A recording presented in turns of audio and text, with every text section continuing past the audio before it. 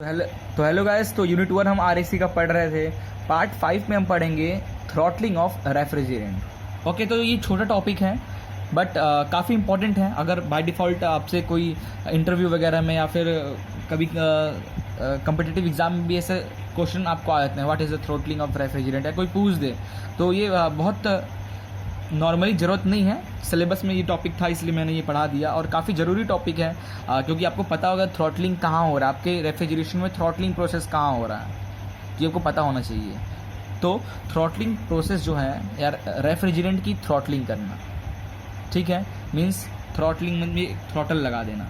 कुछ इस तरीके का थ्रॉटल होता है, यहाँ पे एरिया ज़्यादा, फिर कम, फिर एरिया ज़्यादा, तो एक्सपेंशन की तरह काम करता है। तो रेफ्रिजरेटर में एक्सपेंशन कहाँ होता है? In that area. Refrigerator, compressor, condenser, और यहाँ पे होता है एक्सपेंशन। अगर कोई लिक्विड है, फॉर एग्जांपल अमोनिया, जब इसके अंदर से फ्लो करता है तो क्या होता है, उसका प्रेशर डिक्रीज हो जाता है और टेम्परेचर विल बी डिक्रीज।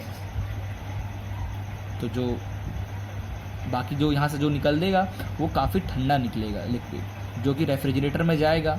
तो क्या करेगा, जो रेफ्रिजरेटर के जो आप फूड्स वगैरह रखे हो उसकी गर्मी अपने अंदर लेगा और वो बाहर निकल जाएगा, ठीक है। तो इसलिए हम एक्सपेंशन वाल्व का यूज़ करते हैं, ताकि, या फिर एयर है, air will be expand, its pressure will be decreases as well as temperature will be decreases. जब टेम्परेचर कम होगा तब तो जनरली हमें प्रोसेस क्या है कि हमेशा जो टेम्परेचर कैसे फ्लो करता है, हॉट बॉडी से कोल्ड बॉडी में टेम्परेचर जाता है, हॉट बॉडी से कोल्ड बॉडी में। अगर ये एक्सपेंशन वाल्व आप यूज़ नहीं करोगे, ये थ्रॉटलिंग प्रोसेस जो है यूज़ नहीं करोगे, तो ये एयर जो ठंडा होकर निकला वो क्या, जो नॉर्मल रूम टेम्परेचर पे हो जाएगा, और आपका जो फूड है वो भी रूम टेम्परेचर पे है। फॉर एग्जांपल 32 डिग्री सेल्सियस पे आपने कोई एप्पल रखा, उसका भी टेम्परेचर 32 डिग्री सेल्सियस, और जो आपका रेफ्रिजरेंट जा रहा है उसका भी 32 डिग्री सेल्सियस। तो plus plus plus, minus minus minus, भाई तो फिर ये तो दिक्कत हो जा रहा है, ट्रांसफ़र हीट होगा ही नहीं, फ्रिज ख़राब हो गया, काम नहीं कर रहा है।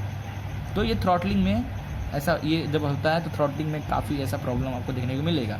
इसलिए थ्रॉटलिंग प्रोसेस का हम यूज़ करते हैं, that is called also called expansion valve in refrigerators as well as air condition system. Both in refrigeration और एयर कंडीशन दोनों जगह हम इसका यूज़ करते हैं। Okay, now the throttling device can be the valve और the copper tubing that allows the flow of refrigerant. जो throttling valve होता है वो तो एक या तो वाल्व होता है आपका, या तो कॉपर के ऐसा ट्यूब, आपको ऐसा शेप का है ना, ऐसा ट्यूब आपको देखने को मिल जाएगा। Okay, it also called as expansion valve, it's also called the expansion valve because when refrigerant passes through them, the pressure of the refrigerant drop down or it's expand.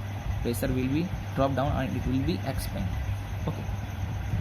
तो कुछ टाइप्स हैं throttling of refrigerant हैं, कुछ type के होते हैं, 4 type के generally होते हैं, मैंने यहाँ पे 3 लिखा है। और वो कौन कौन से होते हैं?